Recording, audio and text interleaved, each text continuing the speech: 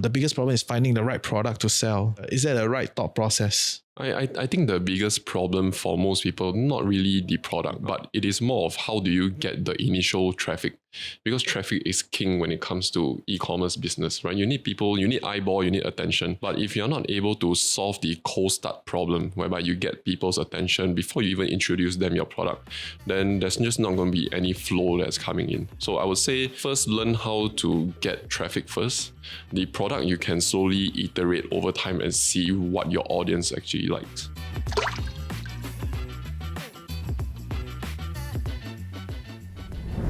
Welcome back to another episode. Today I'm with a few friends, regular friends. Okay, maybe you will become more regular. Yes, I hope. So yeah, maybe you want to introduce yourself a little bit for our listeners that don't quite know you yet. Okay, cool. Hi, I'm Chanel. I'm from Tasty Toasties, a cute brand about bread. Nobody call their own brand cute one.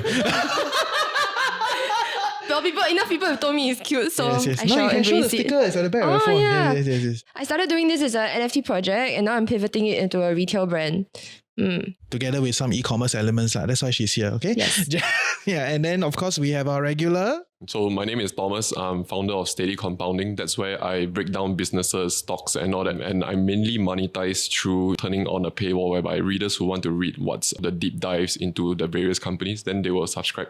And then that's how I run my e-commerce company. Yeah, but today we're not here to talk about investing. Yes, today not about investing. Today not about investing. Today we talk about like how to make it work, right, in the e-commerce business, right? So I got him and he's going to share with us all the secrets, right? So that is all well and good, yeah? Okay, so maybe I think for the benefit of our audience, right, maybe you can start by sharing a little bit about your e-commerce business, like in your business, because you all have many functions within the different things that you do, right? So how does this work as an e-commerce for you? I think like mainly there are three ways I monetize. One is through people paying for my research, and then second is through I teach investing course, and third one through sponsorships. So when it comes to running an e-commerce company that's delivering a digital product, I think the most important thing is when it comes to managing payments, for example, how do you want to make sure that the payment process requires as little clicks as possible, as little chargebacks as possible? Because I think one of the biggest problem when it comes to running any e-commerce company is making sure, especially if you have a global audience, how do you just make payment work? And that is a tough thing, because when I first started, I remember when I first launched, right off the bat, there's people telling me their credit card got rejected, they couldn't go through. No. First day, I was sweating, like, I just didn't eat and all that. You just had to make sure everything worked. Wonder he lost weight. Yeah. That period I lost weight. Now I gained back everything. Okay, it's fine. You're living the life. Okay. Yeah. Okay. Yeah, so you have to make sure like I never tell him by the way, I never tell him that the sponsor is World First. Yeah, it's a payment platform. But anyway, he can say continue, please. Yes. Yeah, so you have to make sure all your system work, especially when it comes to a digital product that is existing outside of your typical platform businesses like your Shopee, Amazon, and all that whatnot. So I built everything from ground up, just on WordPress and payments and the emailing system, everything. I just built everything from scratch. So when things go wrong, then that's where the fire begins. But ultimately, when it comes to digital product, it's very important for us to make sure that we have direct distribution to our customers also. So like, for example, I do a lot of social media posting where I try and get like top of mind awareness, but people don't buy right off the bat on social media, right? Unless you're able to build trust and you're able to show your value. So that's where I will funnel them to my email, for example. And email, that's why I share with them a lot about, my investing philosophy, how I break down businesses. And over time, when I build trust, then when people want to read more, that's where they will start paying for my services. Yeah, your best content must be out there for sure. Because if people don't know how good you are or they don't know what to expect, then it's very unlikely they will buy anything from you, right? So your best work will be out there. Anything that's paid is like, when it comes to concert, it's like a backstage pass where they get more access to behind the stage stuff. Okay, fair. So essentially shouting out to a lot of the news outlet, don't everything also paywall. Yeah. It's quite annoying. Every time I see paywall, it's like, why do I need to pay to read this one, right? To this article? But that's a later discussion. Anyway, that's Thomas's business, which is very digital. The whole thing is digital. You don't deal with anything physical, right? Nothing physical. Okay, great. And then of course Chanel's business is everything physical. So no, actually that's not true. Okay. So yeah. I just think that my business is called Tasty Toasties. It started off as NFTs, which is digital, and the idea was always that we would create a story around these characters, and then how the characters are expressed, that comes out in both digital and physical expressions. So the digital NFTs are one type of expression of it, and then the physical toys that I am making now, plushes, as well as lifestyle goods, like I made like the whole Toasty into a bag itself. At the end of the day, it's how we tell the story, right? So it's a mix of both physical and digital, and then digital mediums, they have their advantages. Like I can reach someone all the way on the other side of the world, like instantly.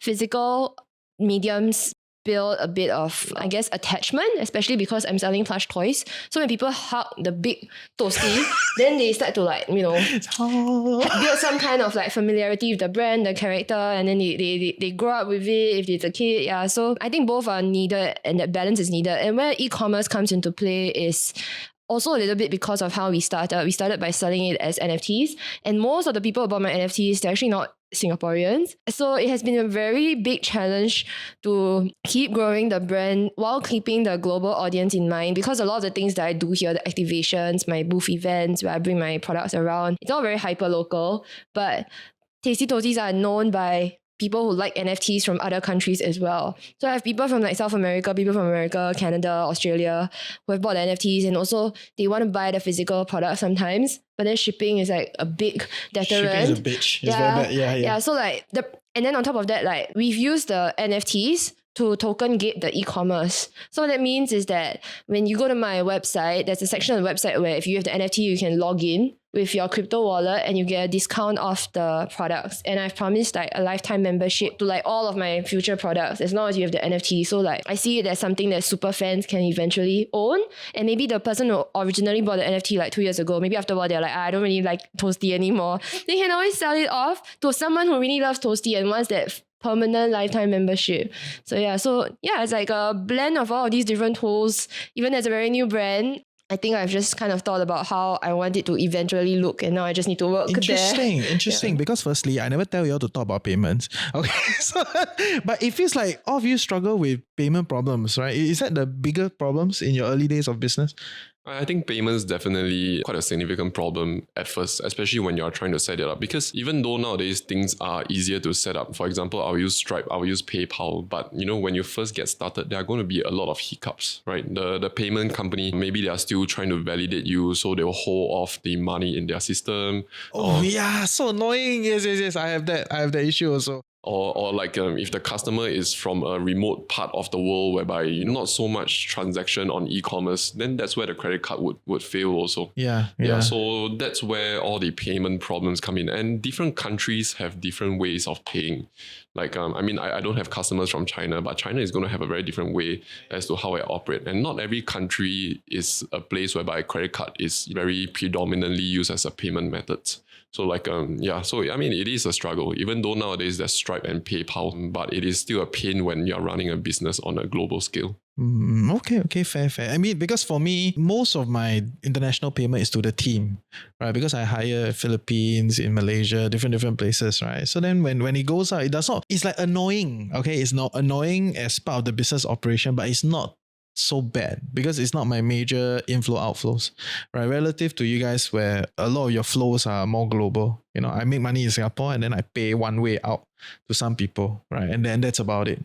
Okay, fair. But that's interesting. Okay, shout out to the sponsor, World First. But I didn't know that your core payment problems is such a big thing. But for a lot, before the payment problems, right? I think for a lot of people that are thinking of starting an e-commerce, they have all these struggles. I mean, we did a poll. I think 60% of the people on our IG thought that the biggest problem is finding the right product to sell. Is that the right thought process? I think the biggest problem for most people, not really the product, but it is more of how do you get the initial traffic, because traffic is king when it comes to e-commerce business, right? You need people, you need eyeball, you need attention. But if you're not able to solve the cold start problem, whereby you get people's attention before you even introduce them your product, then there's just not going to be any flow that's coming in. So I would say first learn how to get traffic first.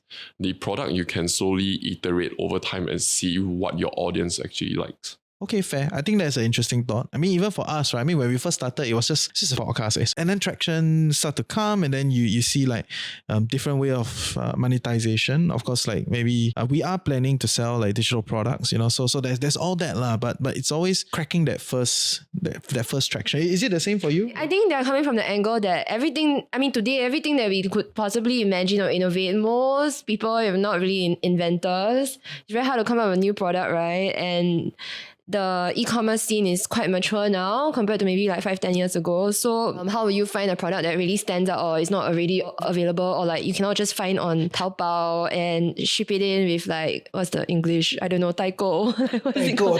Yeah, Oh my but goodness. it's very cheap to just ship anything you want from like directly from other countries now also, right? So like maybe that's why people are voting product.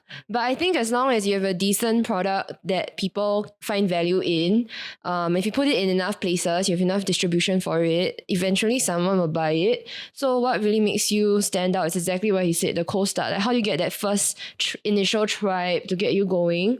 Because you also need cash flow, right? So yeah, I think sales and marketing probably is the challenge for people who are just starting out. So why how would will I you trust then- you over like as a more established seller? Yeah. Which is interesting because I think there are a few ways to go about doing this. Right? First way we talk about building the traction first, right? So you build the community, you build that traction, then from there you think of what to sell to them.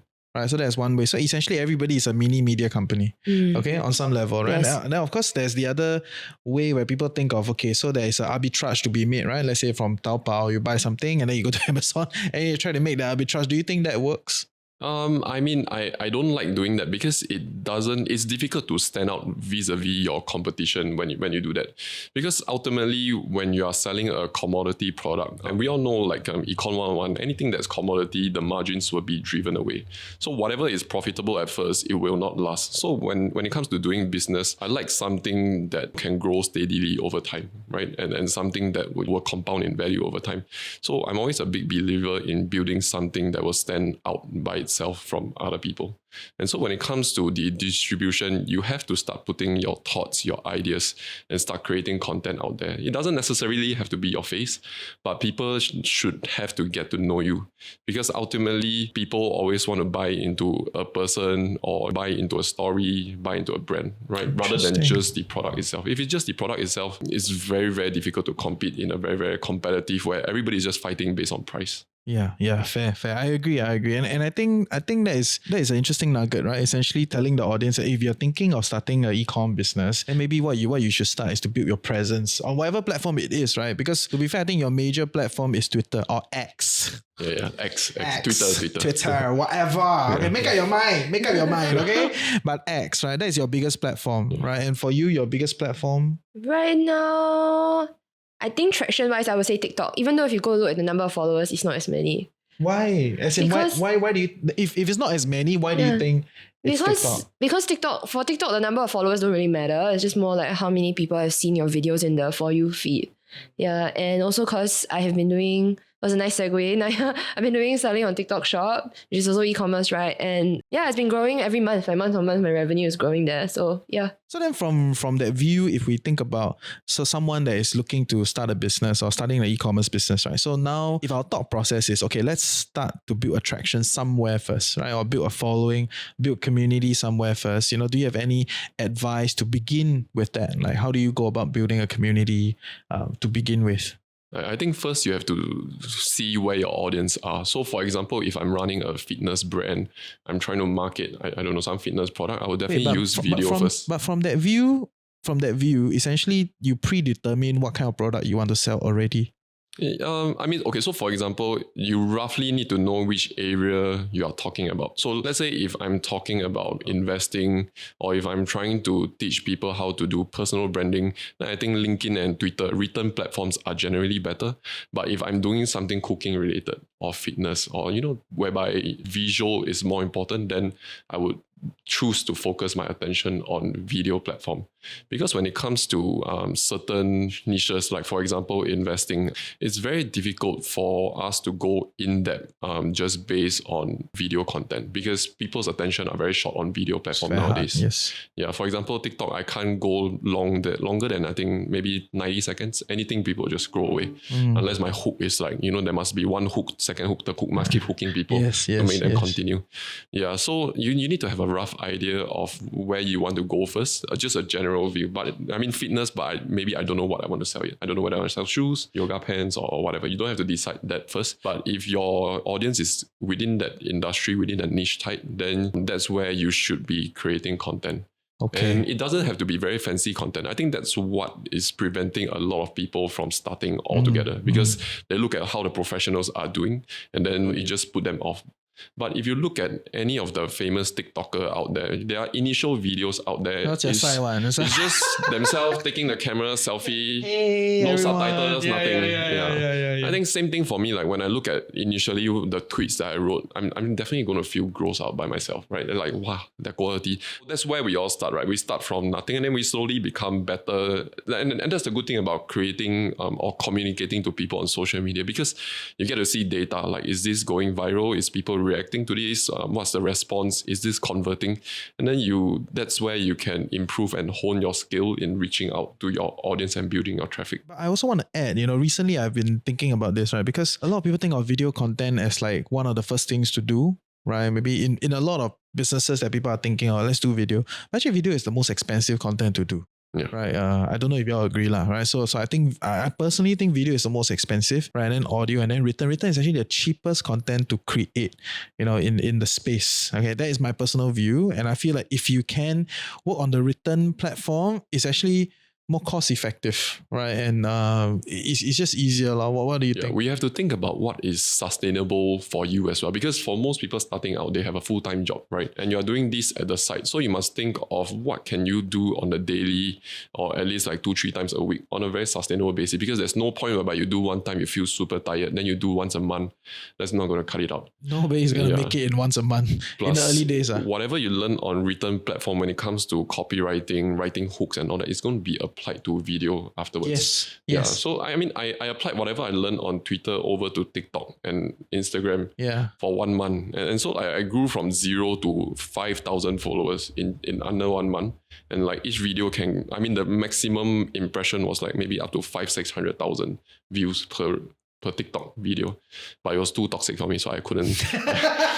That's why I shout out all of you. You see, he's not on TikTok, right? You're saying this on TikTok because of you, right? That's why he's not there. So so I mean, I tried that on 1 month. So whatever you do on written, it's more sustainable, it's cheaper, and then after that, if you want to take the skill set of hooking audience, making it viral, all this, you can translate it over to video. Yeah, it's true. The whole scripting part in actuality is also a form of writing, right? Yeah. And I think that's a big part that only recently I started to realize. And I realized that not a lot of people get it. Yeah. I don't know if you know what I'm saying, because even some of my guys, I have to teach them how to rewrite the script. Like your cell must be in front. You got 5 seconds. Okay, please don't like, hey, blah blah blah. It's like no one cares. Please go straight. But all these are basic writing things, the scripting stuff that I think a lot of people need to understand if they want to thrive on these kind of social platforms. It is very different from the way we are taught to write in schools. Okay, but for you, the idea here is not so...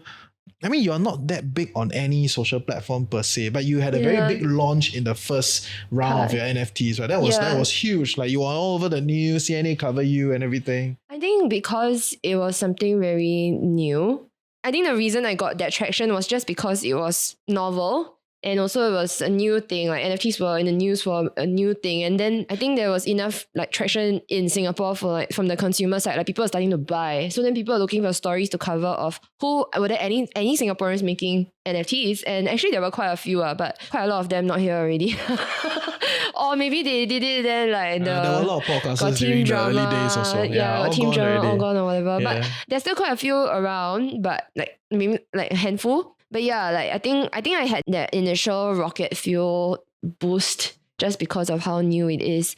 But once the dust settled, it's back to square one. As with all other new businesses, I just have to do it the traditional way. Yeah. Okay, fair. So I think our consensus is we all on some level started with a bang, right? There must be some sort of a social traction. You gathered some, decent amount of audience. Then now with this audience, you think of like, okay, what can I sell to this audience, right? That is a general playbook that we are looking at. Are we agreeable on this? Yeah. Okay, so then from there, right? So now that you have gathered an audience, right? How do you go about setting up this funnel, right? Because I think a lot of people think of like selling something even on e-com platform as a funnel, right? So where the top funnel is all this hype and audience and attraction, all this stuff, right? Then what is next? How do you think about the next steps? Yeah, so when it comes to building the funnel, social media, that's the awareness part. Then my goal is always to bring them down to my email. That's where email you get to build a relationship.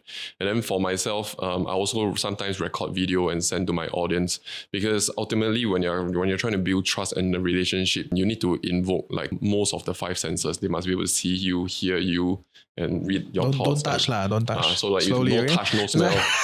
but then the other 3 should come in.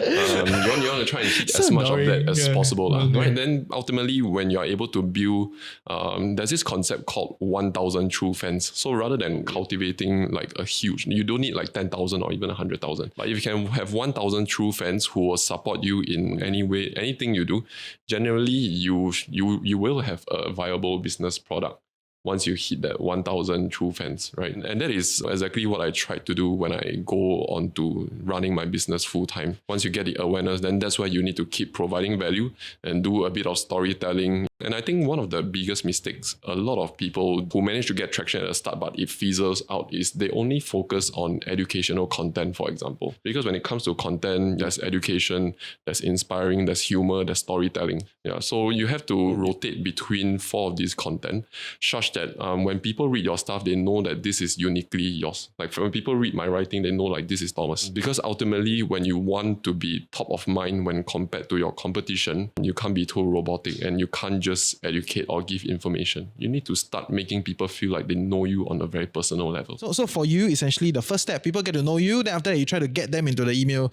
list, and then within the email list, you build trust with them. Yes. Okay. So that's the strat. Okay, with the funnel building. Then for you, like, how does it work? Actually, right, out of everything that I've tried, NFTs, e-commerce, physical booths, putting my stuff in like stores, I think as long Don't as try everything. She's a real omni-channel. Everything also do. even TikTok Shop. So- Actually, I think as long as my product is on a shelf somewhere, it will go by itself, even if you don't know me online. So I need to. I think it's a bit of a dance. That's how I recently started to think about it. I need to do both online and offline, because when I do offline, sometimes people take pictures of the booth, they take my name card, then they go and buy online. Then when I do enough online, maybe they suddenly see like on Instagram Reels or TikTok, and then they're like, oh yeah, I think I saw that in some shop somewhere the other time. Then maybe they're looking for a new gift. Yeah. They're looking for a new gift. It's Christmas is coming up. And then they're like, oh yeah, maybe I can buy that as a gift. So all of the impressions add up over time, and I think it's at some point it's how long can I keep getting that quantity of touch points growing for? Yeah. And in Singapore, at some point I will reach a max cap, right? Like I think Singapore is pretty small. Let's say my products are in 2 stores set in the east, 2 stores in the north, whatever. Let's say 10. Okay, 2 for north, south, east, west, central each. I think that will cover whole Singapore already. Yeah, plus your online shop, more or less, you're there. Right. Yeah. So then like where else do I grow? Then that means I need to start going overseas. So that's like the next phase, the next thing I'm thinking about. But all in all, the funnel, I think it's just made up of how many times people see me on different channels. So I have to be everywhere, everything everywhere all at once. Michelle, wait for you, Michelle.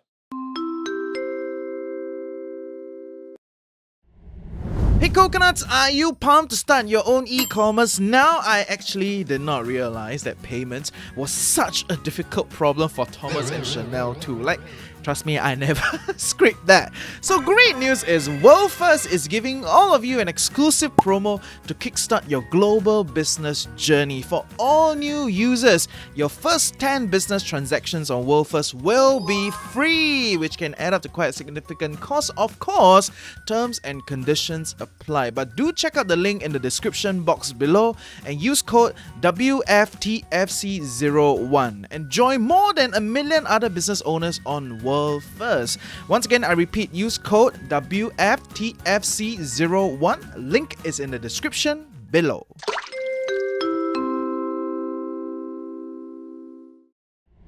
Okay, but then how do you go in for the kill then? Right, like well, I know it's very crude, say going for the kill, right? But it's like you build a funnel, you build the trust, and that's the whole step-by-step process towards building an e-commerce business. And at the end, it's still about the transaction, right?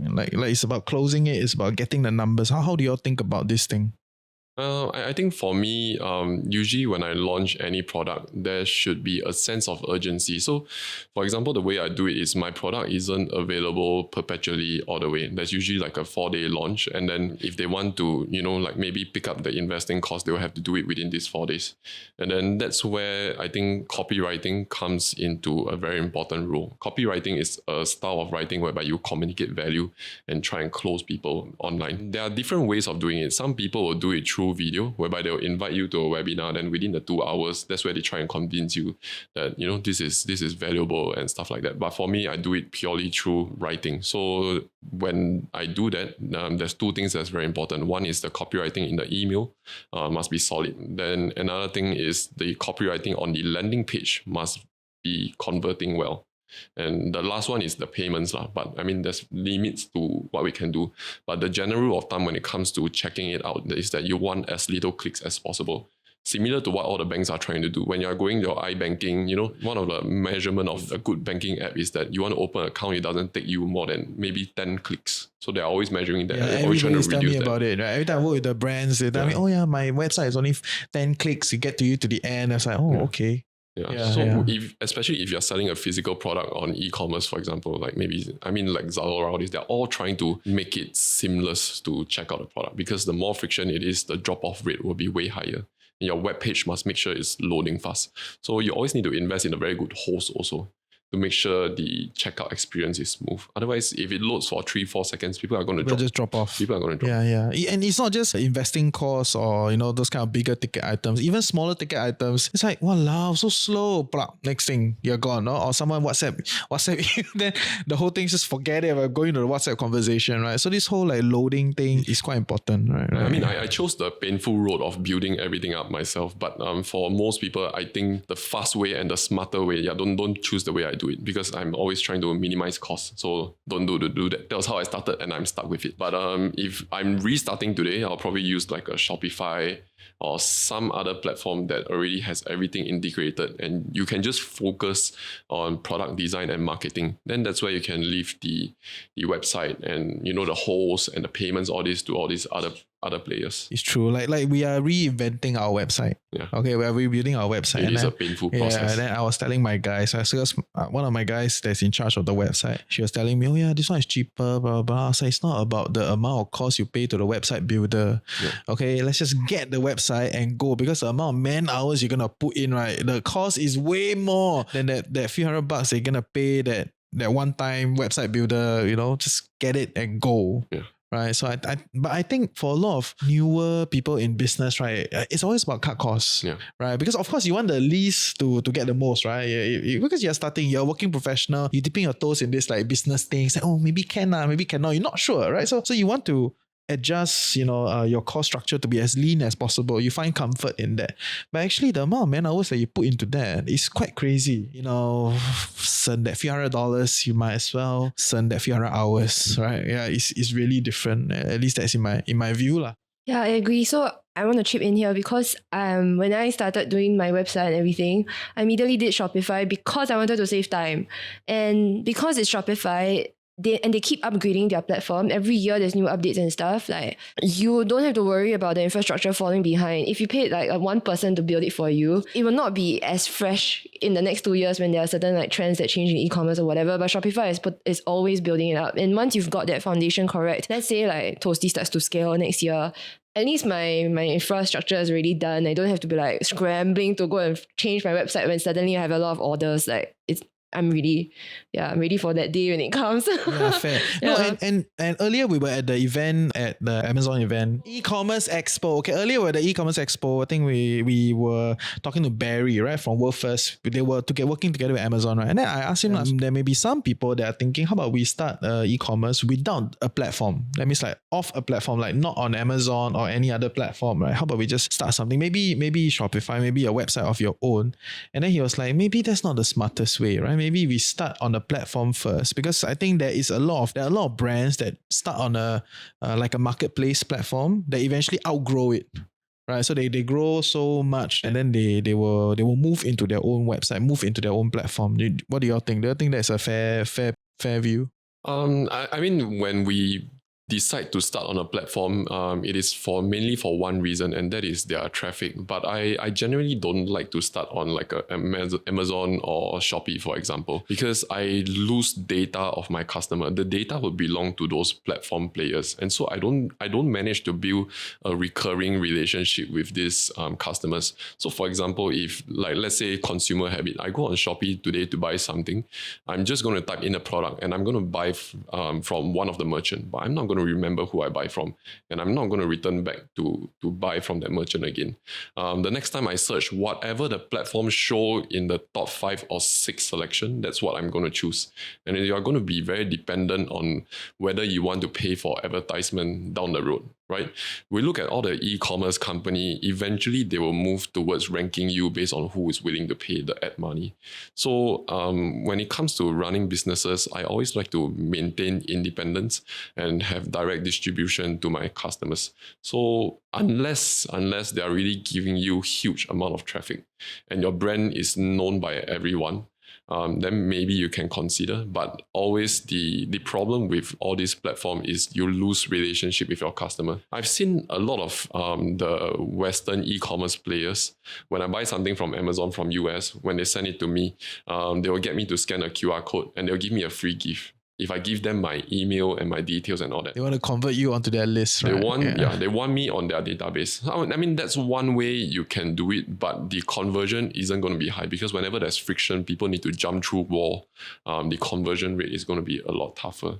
So if it's me, I mean, I think I would start on Shopify or something, right? Unless, I need to resolve like the logistics and all that. It is a pain in the ass. Then maybe I might consider Amazon because Amazon does provide that service. In because doing yours all the is a digital product. So there's no fulfillment in the traditional physical sense of it, right? Yeah. The fulfillment is a different ball game, right? Which is the program itself. We can talk about it in more detail. But for you, the fulfillment is very intense, right? Like you actually you gotta ship it out and all that and all those things. I work with 4PL, 3PL. Forgot the number, not the difference.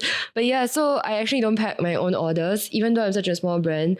But again, from the beginning, like the importance of outsourcing, like your time, I feel like it's worth the value because I'm running everything myself right now. So I'd rather pay for a little bit more for like someone to pick and pack my orders rather than I'm like strapped at home packing my orders and then have to wait for the courier to come. Instantly like everything is synced to the warehouse. Someone will pack it for me. So fulfillment not really an issue for me, and that's why from day one I can and that's why I can immediately ship to like people who want Toasty stuff, even if they are from like the US or UK and they're willing to pay for the shipping. Then great, someone will pick and pack it for them.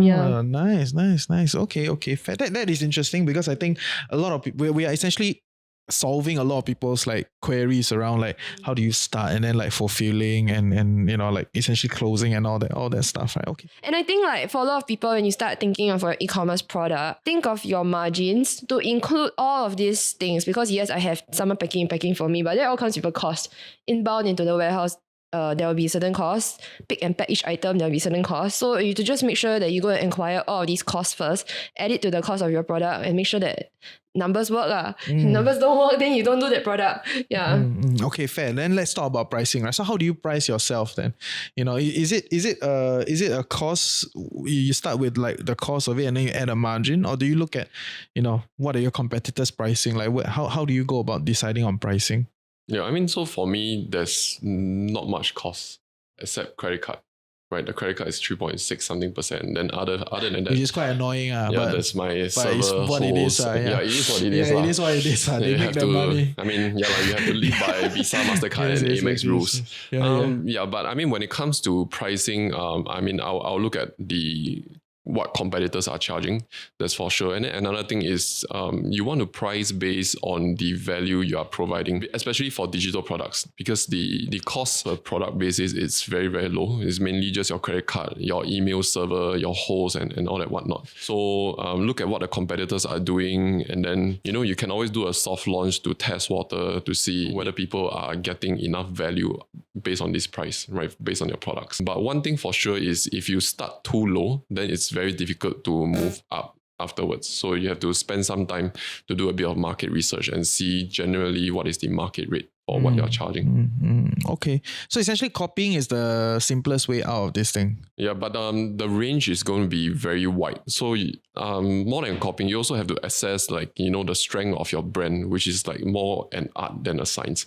Like you ask me to put like, is there a formula to this? Like not really. It's true. I get it. I can't tell you like my brand is stronger than so and so or whatever. You know, it's true. It's true. But agency always want me to substantiate. Yes, but how? You tell me how? Right. How you want to substantiate qualitative stuff is it's very difficult. The other day I was at an event, right, and then we were speaking on the panel at the IFSG, their event, and then. We're on the panel. So I asked, so before I begin my portion, I asked, so how many of you listen to the Financial Coconut? And then half the room raised up their hand. On a Saturday afternoon, you can turn out 60 to 80 people for a finance event. Half of them raise their hands that they know about the podcast. And that is anecdotal evidence that you are talking to the right audience. Right, it works. But when the agency kind of talked to me, I was like, 我不懂怎样跟你讲啊, right? It's very hard. It's a little bit of an art. But that is a very interesting way to look at it. That means certain things, as much as you as a person is so sciencey, certain things you just give up on. The pricing one is a tough one. Okay. Because it is also a messaging, whether this is a premium product or this is a lousy product. Yes. So you have to take that aspect into consideration as well. But generally, once you have built up your track record, you have built up your customer testimonials, then generally you can try and push for the higher end of the range. Nice. I like that. Oh, any thoughts? Actually, I agree with everything that he just said. You're very agreeable today. But maybe if I can add in just one comment to what you said, like, I think also price is an indicator of whether or not the person wants or doesn't want your item. So like, or whatever you're selling, if they say no, then okay, you're not the right audience for me. Especially if you believe it that you have the right people who are already buying your product. Yeah.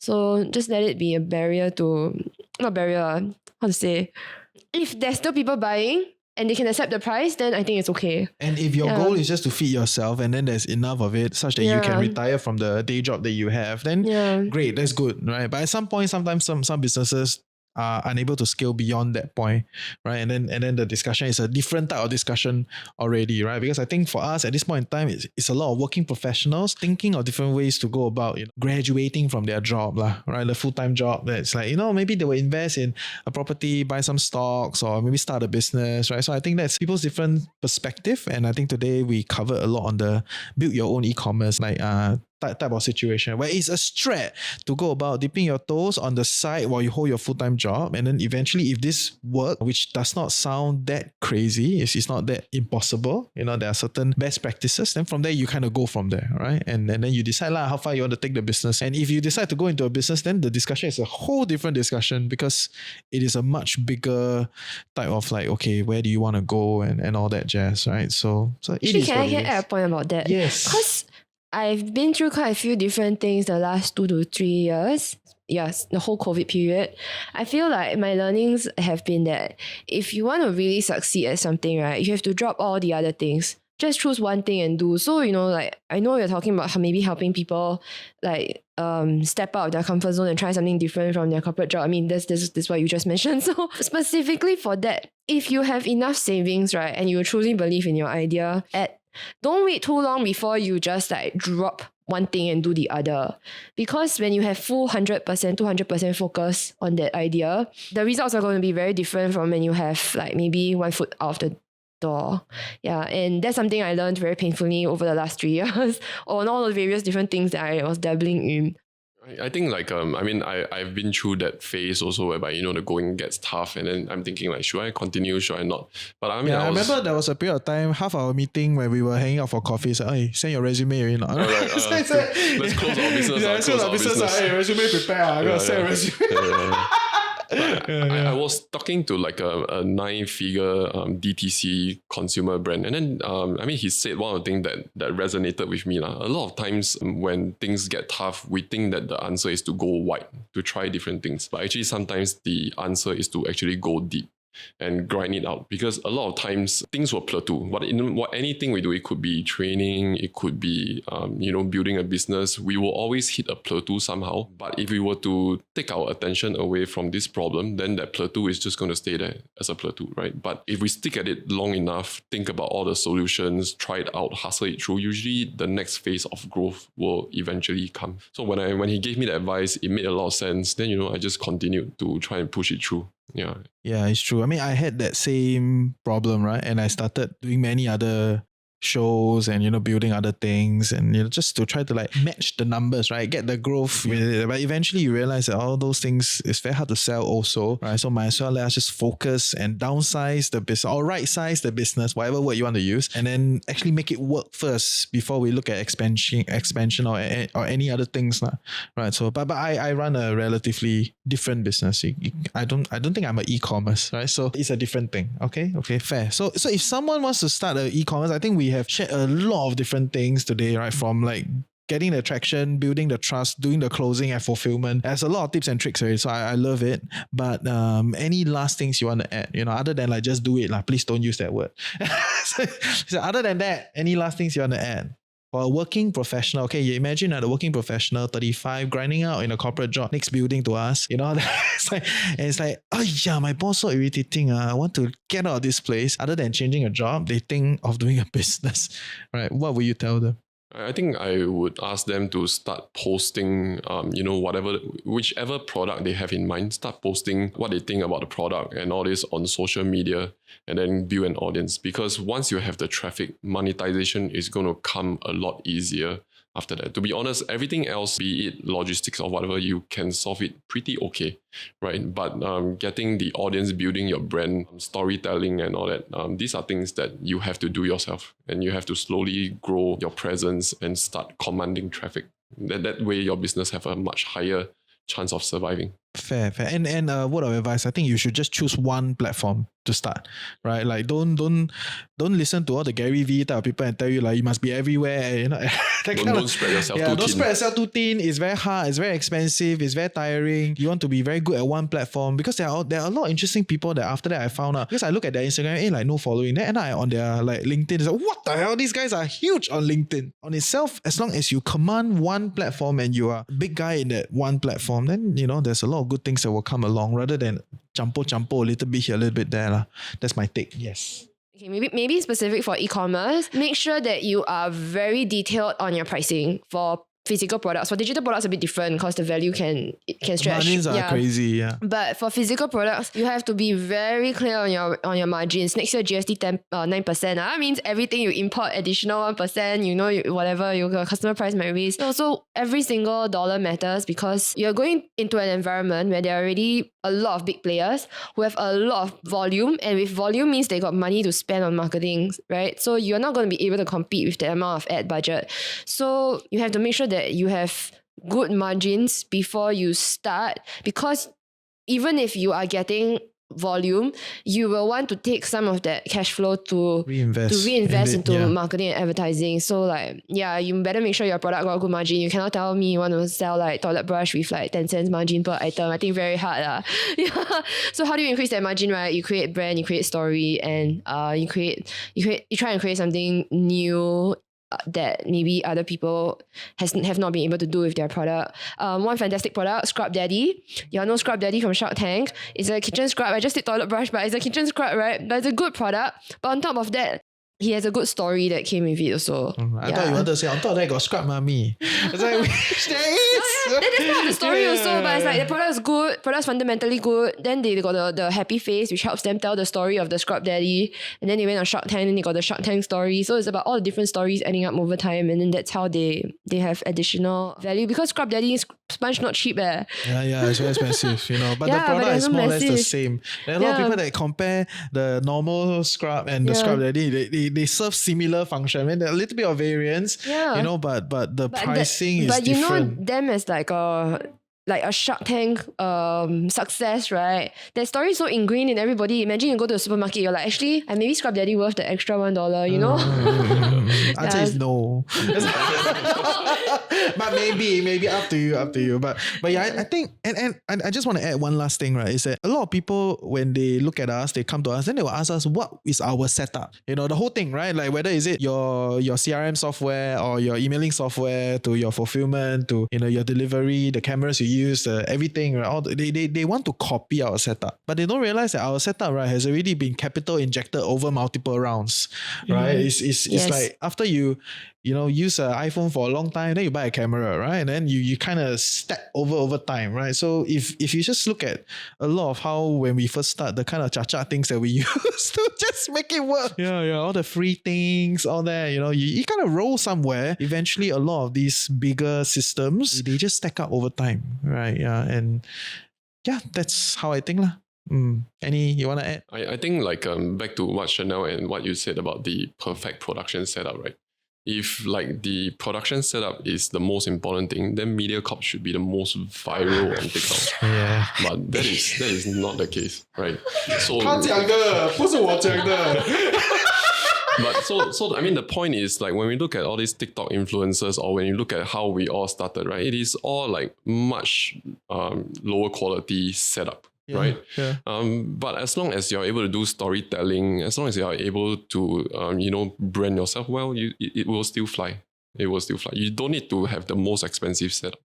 Yeah, it's true. Eventually, when it itches you and you make more money, then you want to get a better setup. Okay, that's your problem, right? By then, it will be a different discussion, right? And start with what you can, work with what the time you have and the resources you have. If you have any questions, you can email us, you can talk to us, right? Do you have, how can they find you? How can they find you?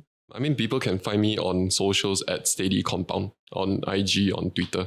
Is it compound or compounding? Compounding is a website. Yeah, because they don't accept such a long name. Oh. So only at Steady Compound. Yeah, I get it. Okay, at Steady Compound. Okay, you can find me at Tasty Toasties. Instagram DMs probably It's the best. Yeah. Yep. Okay, great. Don't DM me. Okay, anything you just... You can DM our website, okay? Anything you can email me, okay? So yeah, that's it for today. Thank you guys. Thank you. Yeah, and thank I you. hope you learned some things about e-commerce and any questions, let us know. If you like this series, let us know. We'll do more for you, okay? See you next week. Bye. Bye.